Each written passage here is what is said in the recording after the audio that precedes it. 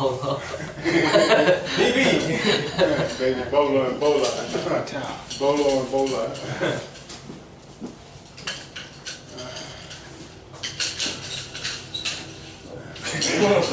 Ran into it.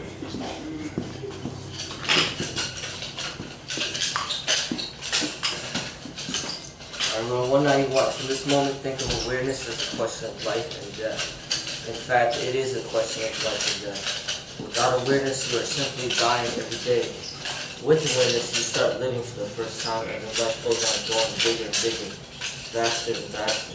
One day it is so abundant that not only are you alive, whatsoever comes close to you also becomes alive.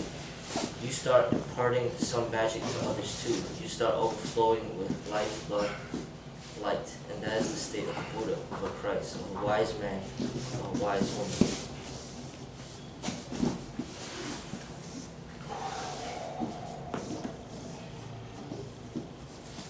Did you hear that? And that applies to what you was telling me about this earlier. I missed it. Okay, listen to this. From this moment, think of awareness as a question of life and death. In fact, it is a question of life and death. Without awareness, you are simply dying every day. With awareness, you start living for the first time, and then life goes on growing bigger and bigger, faster and faster. One day it is so abundant that not only are you alive, whatsoever comes close to you also becomes alive. You start imparting some magic to others too. You start overflowing with life, love, and light. And that is the state of a Buddha, of a Christ, of a wise man, of a wise woman. Yeah, right. Becoming aware, right?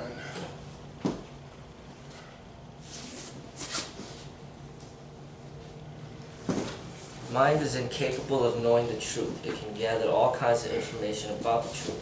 But to know about truth is not to know truth. To know about love is not to know love. To know love, one needs to be a lover. No information can be of any help. One has to go into the experience itself. The same is true about truth. You can know all the great philosophers of the world. You can accumulate great words, theories, hypotheses, and you can come to certain arbitrary conclusions of your own. But remember, they are arbitrary because they are not rooted in your experience. So whatever you know will hinder your search. That is the greatest danger in knowledge. It can give you a false notion that you know. And once this wrong idea that you know enters you, then the inquiry stops. One has to know that one knows not. One has to put aside all information for and against theistic, Christian, Hindu, Mohammedan, religious, philosophical. One has to put aside every kind of knowledge, even knowledge as such. Then the inquiry begins. Then one becomes a true seeker of truth, because then one is open. Out of that state of not knowing, one day the great blessing happens, that one comes to experience truth, to live it, one becomes it. That is the state called enlightenment, nirvana. In the West, they have called it the state of Christ consciousness. In the East, we have called it the state of Buddha consciousness, but it is the same.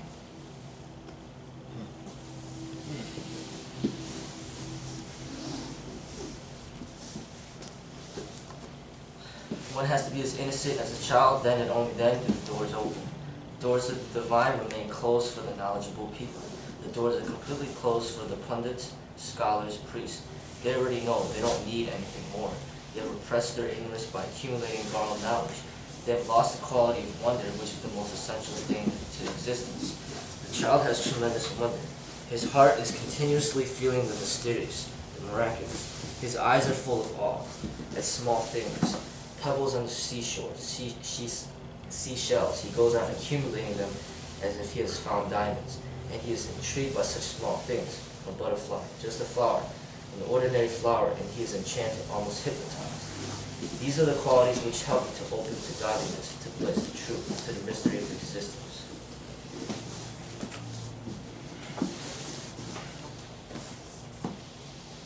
The disciple is one who functions through a state of not knowing. Whatever he knows is only hypothetical, and he is always ready to change it. He is not a fanatic. He loves truth so much that he cannot decide anything about truth in a hasty way. His love is so great that he is not in a hurry. He knows truth is vast. How can I be decisive about it? At the most, I can say that I feel this much. Maybe, perhaps, this is right. One of the greatest men in the East has produced was Mahavira. He used to start every sentence with, perhaps. It was becoming almost annoying to his disciples, irritating. He would always start every statement with perhaps, but I can see his point. This is the non-fanatical person. If I ask him, is there a God? He will not say yes or no. He will say perhaps yes, perhaps no. He will not give you a conclusion. He will help you to inquire. He will push you into an inquiry. That's the function of a master, to push you into an inquiry. He does not give you ready-made conclusions. He simply makes you aware of the tremendous questions of life, of the tremendous mysteries of existence. Sound like a rabbit hole, like he answers a question with a question.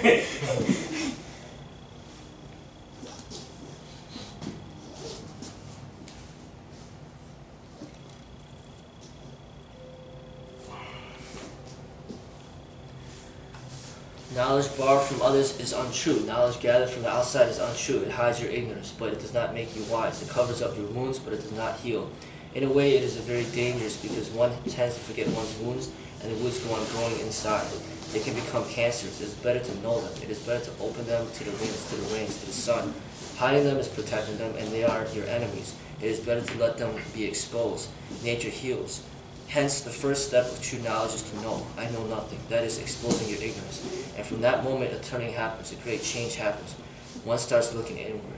True knowledge has to happen within you. It can't come through thoughts. It has to come through a thoughtless space within you.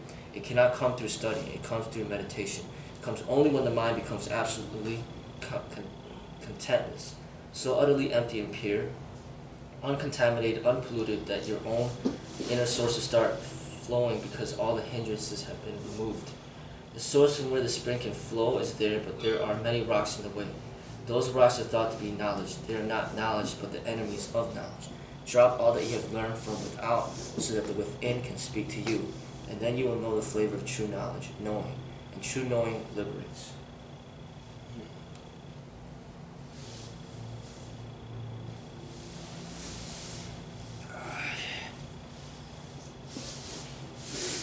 The body is small, the mind is small, but the being is vast as the ocean. In fact, vaster than any ocean, because even the greatest ocean has its limits, and our being has no limits. It is infinite.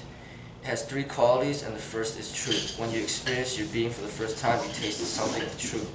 Before that, you have known only theories about truth. It was like a man who has known much about food, but has no experience of eating anything at all. It is like a man who understands everything about water and is thirsty. He knows the formula H2O, but that formula is not going to quench his thirst. He understands intellectually that what water is and what it is made, but he has never seen it. He has never drunk water. He has never tasted the coolness, the contentment that comes when the thirst is quenched. We have not known the truth. We have only heard many theories about it. Those are all hypotheses. When you enter your being beyond the body, beyond the mind, the first taste is of truth. And the second taste is of consciousness. Otherwise, consciousness is only a word. People are fast asleep. They don't know what consciousness is. They are not conscious at all. They're like robots, functioning like machines. And the ultimate, the third thing, is bliss. A non, that is a peak. As you go deeper into yourself, first you encounter truth, then you encounter consciousness. And at the very core of it, you encounter bliss.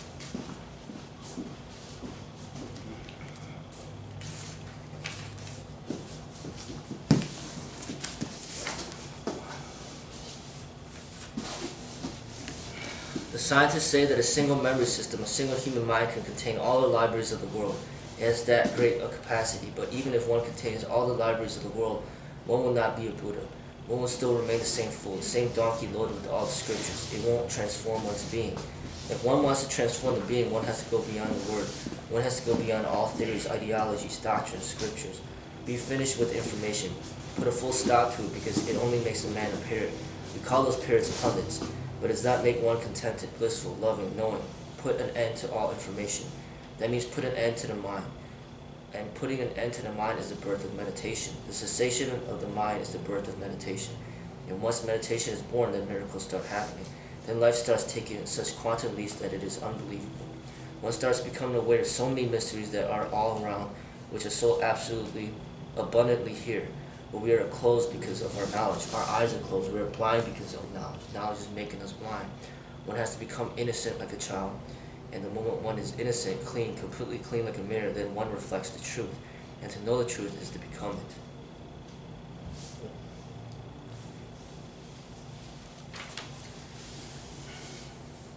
We are brought up by every society, civilization, religion in such a way that we are given a false identity. We are all deceived and cheated, and the people who cheat us are very powerful. In fact, the power depends on their cheating, and they have been cheating for centuries. They have accumulated great power, politicians, the priests, and they are afraid of knowing anybody to know the truth. Their whole business depends on people who are gullible, ready to be deceived, very willing to be deceived, in fact, asking to be deceived, hankering to be deceived. They create such situations that slowly, the child becomes aware that if he wants to survive in the world, he has to compromise. It's not very conscious. You can't expect that much consciousness from a child. Even old people are not so conscious. But a vague awareness starts growing in the child. If I'm going to be truthful, I'll be in constant trouble. If he says anything true, he's immediately punished. Every child comes to a point many times, almost every day, when he has to decide that if he wants to survive, he has to lie. He has to compromise. He has to adjust. If he says the truth, then he unnecessarily lands in trouble. And the people who surround him are powerful. They can torture him. They can make him suffer. Almost every child chooses survival because to survive is a very fundamental need of life. By the time you are strong enough to be truthful, you have lost all sense of truth. Your lives have gone so deep in you.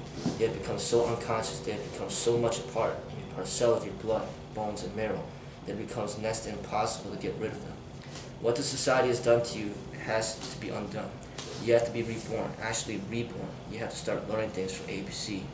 Only then will you be aware that the ego is a false entity imposed on you, that you're not a separate unit at all, that you're a part of the organic whole. That speaks to my life, like tit for tat. This part reminded me of you. It said, and the people who cheat us are very powerful. The fact that power depends on the cheating. Talk things about steroids.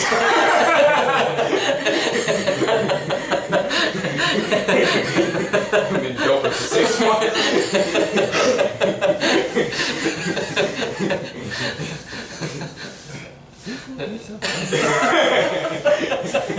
Trying to get other people in. Oh man, you started out not doing a pull-up. You doing all these pull-ups. doing all this bench press. Your theme song is from what's the name? The Selling the Dope theme song. I'm up in the gym like a $6 million man. We can rebuild him, make him bigger. Fast. Make him bigger like Bolo. Bolo my supplier. Yes, that's so cool, huh? Baby Bolo coming. Everything looks like Bolo. And you're using him as a hanger. But to the passage you just read, where it talks about children reach a point where they choose survival, or they feel like, all right, you have to compromise. I remember that exact moment. Like I was like 12. And for a while, I just stopped talking. I mean, I talked, but I was like, well, forget it. There's no point. I pretty much went in like into myself, and it's like that's when I started like writing all the time. It's like, well, there's no point, you know, getting chastised and getting yelled at. And it's like, why are you so quiet? They're like, what's the point? And for years, like, until I hit like 25, then I started getting more vocal. You, I guess as an adult, you hit a point where, I wouldn't say you don't care, but you don't hold, what's the term I'm looking for? Well, you liberate. You're not bound by other people's opinions. You respect other people, but you definitely you come to accept yourself.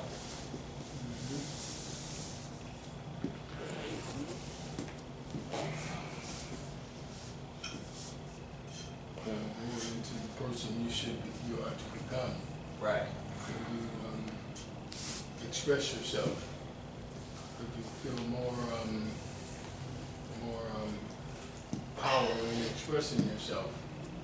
And then when people are not as vocal against you, because you have grown wisdom, and But what you're implying is that as you get older, the tables turn. True.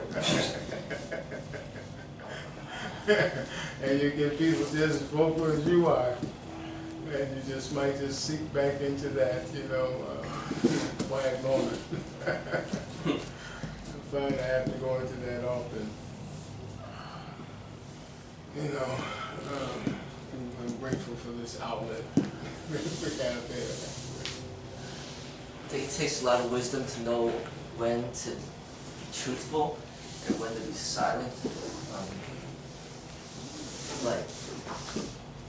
I'm not saying that you should lie, but there's certain times that, certain people that you might be communicating with, they can't handle the truth. So it's better to just be silent at that moment. And a lot of times, sometimes actions or silence can speak louder than what words can speak. And the society is structured in a way where a lot of times they kind of reward you for lying and they punish you for telling the truth. So as a spiritual person, you have to learn how to work with that and kind of see what's going on and put yourself, make certain decisions where you don't get punished or judged or criticized or whatever by speaking the truth when it's not the right time to speak the truth. I think like Bruce Lee, for example, he was really good at not speaking in his movies. Like his movies, you notice a lot of them, he doesn't really talk that much. A lot of his movies are all you just watch him and then you have to pick up the messages through his silence. So for example, Enter the Dragon, towards the end, when he's standing up, he's in the top of the bridge or something, I think it was he was looking down at all these martial artists that had black belts on, practicing some type of kata or something like that. And he was all the way up on the top, and he didn't have any belts or nothing like that. He was looking down at all the people out there. He's pretty much saying black belts ain't shit. He wasn't saying it, you know what I'm saying? But it was just this way. He's literally sitting down. But the message was there. He just didn't say it. But once you say it, people, then, there can be a lot of challenges, a lot of threats and death threats, and just people would get upset, But the way that he made the movie, he didn't say it. But if you read the message, you'll see it. That's not what it's about. It's not about all that. And the same thing with another movie that he made where he was fighting, I think it was Bob Wall. And then Bob Wall was showing off in some karate class, bending the metal and doing all this crazy stuff. And they were just showing how strong Bob Wall was in it. And then Bruce later on had to fight him, he just whooped him up bad, He's basically saying just because you're strong don't mean shit. That don't mean nothing. But he didn't say nothing. He didn't say that, but in the movie it's saying it. Okay, you can bend as much shit as you want, but you can't touch me. I'm gonna whoop you up. That's exactly what he did, Can't touch Or that. when they call him Bob Wall because Bruce Lee breaks him down like he breaks down a wall. No, this is the actual name, but it's a nice play. Maybe that was part of it. But Bruce was really good at speaking without actually speaking. But the thing is, people that aren't intelligent, they won't understand it because they're just they're not there yet.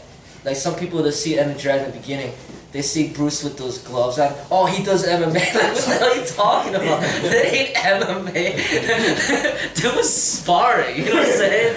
There was no cage. I don't see no cage. He's being surrounded by monks. You know what I'm saying? Cage made monks. And this shit was all controlled. He wasn't doing no ground and pound and nothing like that. He was just whooping him up with ease, And he's just because he wore the gloves, MMA, they just don't get it, Oh, wait. if it was MMA, then they wouldn't be surrounded by monks. They would be surrounded from people from around the world. Yeah. It was just a sparring, match. That's all it was. I have a question. It was one of his movies, and I never knew what this scene he was trying to say with it. I think it's the same movie with Ball in it, or maybe, but where I guess he's fighting like a yard or something. He does something with his arms, and it looks like he got a bunch of arms. Yeah, yeah. What is it? It's like the guy's on the psychedelic trip. Like, what is that supposed to be? I never got that part. I think that was a spirituality, symbolism, Maybe. martial arts. Yeah, I mean, I get from that the spirituality, the meditation, and just kind of like being in the moment and that gracefulness of that type of movement, that flow. It's like beating them with fluidity, like water, and he wasn't even tense. Like, even though there is a life-threatening situation, they're fighting to death, he wasn't even scared, he wasn't tense, he was just at ease, relaxed, and just using, like, just basically, it's like water, something swimming in the water, and then he gets tired and then he just drowns to death. That's kind of what Bruce Lee did to him. He's just like a mirror, a reflection of his own anger. And then his own anger is what killed him, the guy's anger. Okay. And that's what I get. I mean, that's just what kind of top of my mind, but basically the way that Bruce would fight is almost like he's basically making you fight yourself. And the more angry and tense you are, then you're just gonna you're just end up killing yourself. Like he's just water, he's just an adaptation of you. So it's like you're not even there, it's like you shadow boxing yourself till you die. Like you can't beat Bruce because it's just yourself. Like, you just gotta stop fighting yourself and just accept yourself and just be at peace. But these people that are full of anger and rage, they end up killing themselves. And he's just part of that flow, like the water I said. The water's not trying to harm you, but hey, you jump in there when it's like below zero, that's all on you, and then you die. Don't blame the water. You know what I'm saying? That's all you know? Like, why did you did that to yourself? So, like, that's kind of what I think we get it from. Like, when he moves like that, only somebody that's meditative would move like that. And the kung fu and all that stuff, and the spirituality, only somebody that's spiritual would move like that. But the other people, like Muay Thai and the karate and just the hard, like force on force stuff, they don't move like that. You can see it in their body, you see it the way they move. They're not moving like graceful and things like that, So that's what I get from that one. So when you move, it's very important, like how you move. Like, you could be you be strong, you might be able to beat a few people up, but I could look at somebody and see the way that they move. If they're not fluid in how they move, then you know that they don't have it. It's just, they're too hard, they're too stiff. They don't have it. Like, you have to learn how to get that gentleness, that softness to balance out the strength.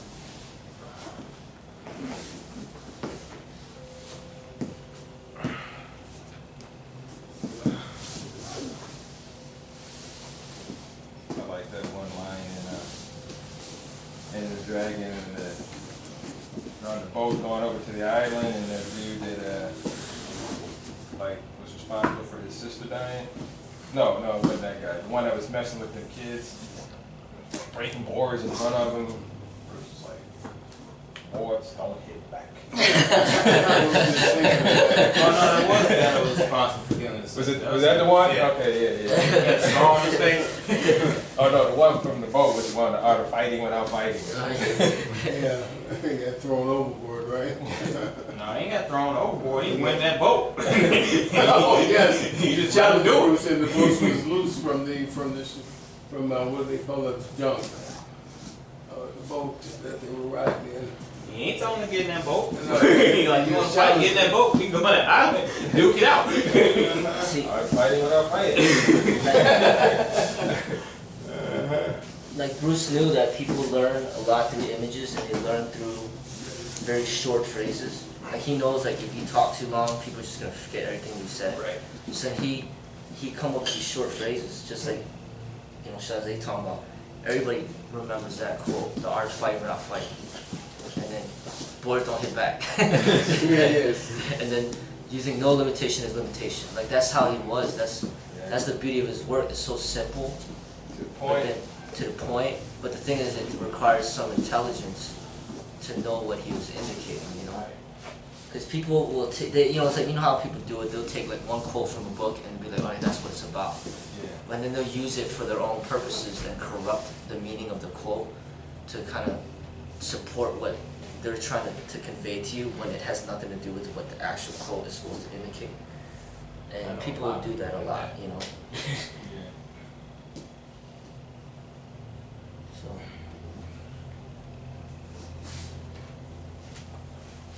Because people are like, oh yeah, he said, use no limitation, so I'm just start killing babies now. Wait, what?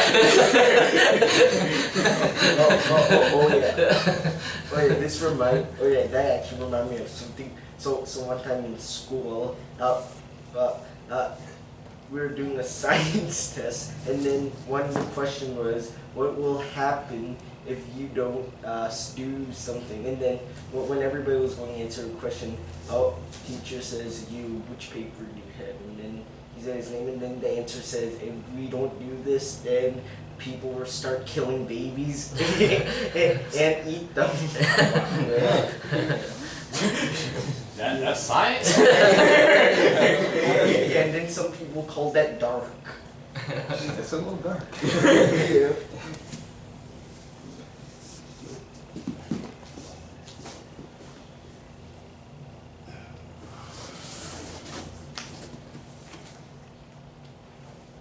That's what they did with Nietzsche. Like, Hitler would use Nietzsche's teachings as his, like, you know what I'm saying? Template. Like, yeah, it's template, man. And then, man, that was just bad, I didn't know that. To be honest, I don't know all that much about Hitler, but I do know, he was doing some evil stuff in a short amount of time. You trying to, well, pretty much he almost completed genocide of a whole group of people, which I don't understand how you can get people to follow that. Like, how do y'all think that's right? I mean, they even did it to Einstein, because he came with the formula, the atom bomb thing. Oh yeah, he's thinking, oh, we're gonna save the world. Then, oh yeah, we'll use this to destroy the world. You know what I'm saying? And then Einstein, after that happened, the atom bombs, he's like, man, I wish I wasn't even a scientist. I wish I was a plumber or some shit. Because I mean, that's what happens. You come to some discovery, gets in the wrong hands. Right. Then that discovery becomes the destruction of everything, And that's exactly what people would do with Bruce Lee, is say, oh, he's the father of MMA. That's that bullshit. You know what I'm saying? Right. Like that's kind of what happened. You go from the art of fighting without fighting to Yeah. the father of MMA. Cage fighting. If he wasn't MMA, I think he would beat everybody up. I don't think he even participated. No, I'm saying I think if he did some in MMA back then, I think he actually could beat everybody up. Maybe, I mean, the same weight class. I think he'll be a little bit too savage. He's talking about bite people. They even got banned from And he's got I poke somebody. Right. Because that's the point of this martial art, right? Right. Yeah, in MMA, you're not allowed to eye poke. Exactly. Yeah. So he might do it and get banned.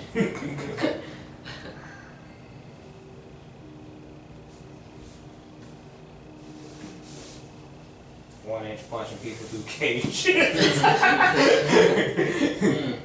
Say if he does the 1-inch punch, the person flies and the cage breaks, and then the person flies again.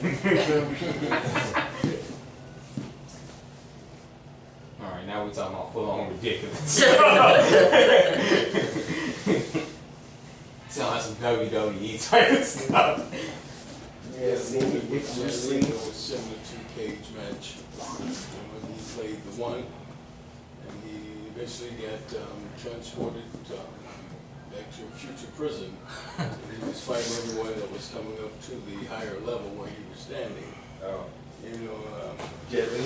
yeah, Jet Li, he actually was from an advanced society that he went back through time to face himself. Okay.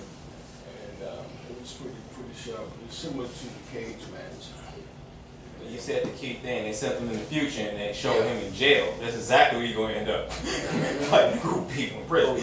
oh wait, were you talking about Jet Li? Yeah, that's what you said. Oh yeah, there's a scene in YouTube where when Jet Li was fighting against tons of cagers, one he couldn't beat up because his body was too tough, so he kicked him in the genitals. which I